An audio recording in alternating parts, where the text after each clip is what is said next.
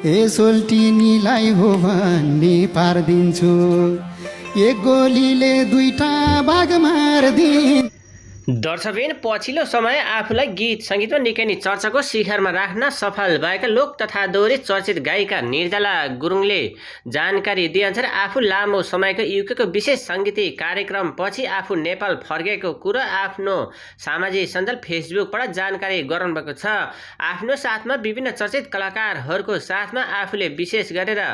युकेको विशेष साङ्गीतिक कार्यक्रम सकेर आफू नेपाल फर्केर आफ्नो साथमा विभिन्न चर्चित कलाकारहरूको साथमा युकेको विभिन्न स्टेज कार्यक्रम सोहरूमा आफू उपस्थित हुने अवसर मिलेको र पछिल्लो समय गायक चिज गुरुङ र आफू भने युकेको बसाइमा रहेको र यतिखेर भने आफू एक्लै गएर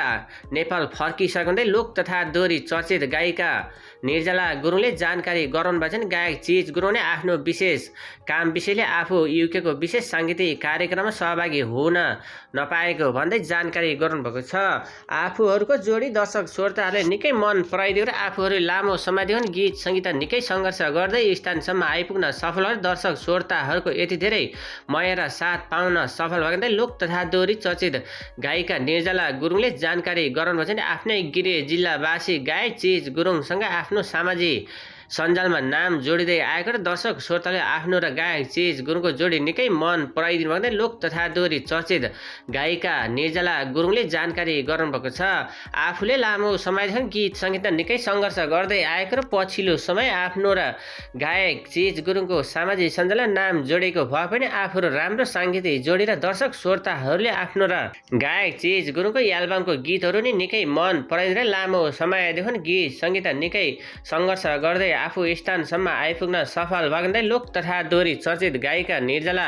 गुरुङले जानकारी गराउनुभएको छ। उता भने चर्चित गायक चिज गुरुङले पछिल्लो समय आफ्नो र गायिका निर्जला गुरुङको जोडी लाइभ जोडी गाउने जोडी दर्शक श्रोताहरूले निकै मन पराइदिएर आफूले गीत सङ्गीतमा लामो समयदेखि निकै सङ्घर्ष गर्दै स्थानसम्म आइपुग्न सफल भएको भन्दै लोक तथा दोहोरी चर्चित गायक चिज गुरुङले जानकारी गराउनुभएको छ। आफू भने युकेको विशेष साङ्गीतिक कार्यक्रममा सहभागी हुन नपाएको र युकेवासी आमा बुवा तथा दाजुभाइ तथा दिदी बहिनीहरूको माझमा आफूले गएको सालमा पनि निकै रमाइलो गरेर साङ्गीतिक कार्यक्रममा आफू सहभागी हुने अवसर मिलेको र दर्शक श्रोताहरूको आफूलाई यति धेरै माया र साथ पाउँदा आफू निकै खुसी भएको लोक तथा दोहोरी चर्चित गायक लन्ठुबाट आफूलाई पछिल्लो समय देश तथा विदेशमा आफू निकै परिचित हुन सफल भएको लोकप्रिय गायक चिज गुरुङले जानकारी गराउनुभएको छ। यतिखेर आफ्नो नेपालमा विभिन्न कलाकारहरूको साथमा लाइभ दोहोरी र आफ्नो विभिन्न गीतको सुटिङहरू र आफ्नो एल्बमको गीतहरूमा आफू निकै बिजी व्यस्तता कारण पनि देश तथा विदेशको विभिन्न सांस्कृतिक कार्यक्रममा आफू सहभागी हुँदै आएको र दर्शक श्रोताले निकै मन पराइदिनु भएको भन्दै लोक तथा दोहोरी चर्चित गायक चिज गुरुङले जानकारी गराउनुभएको छ। दर्शक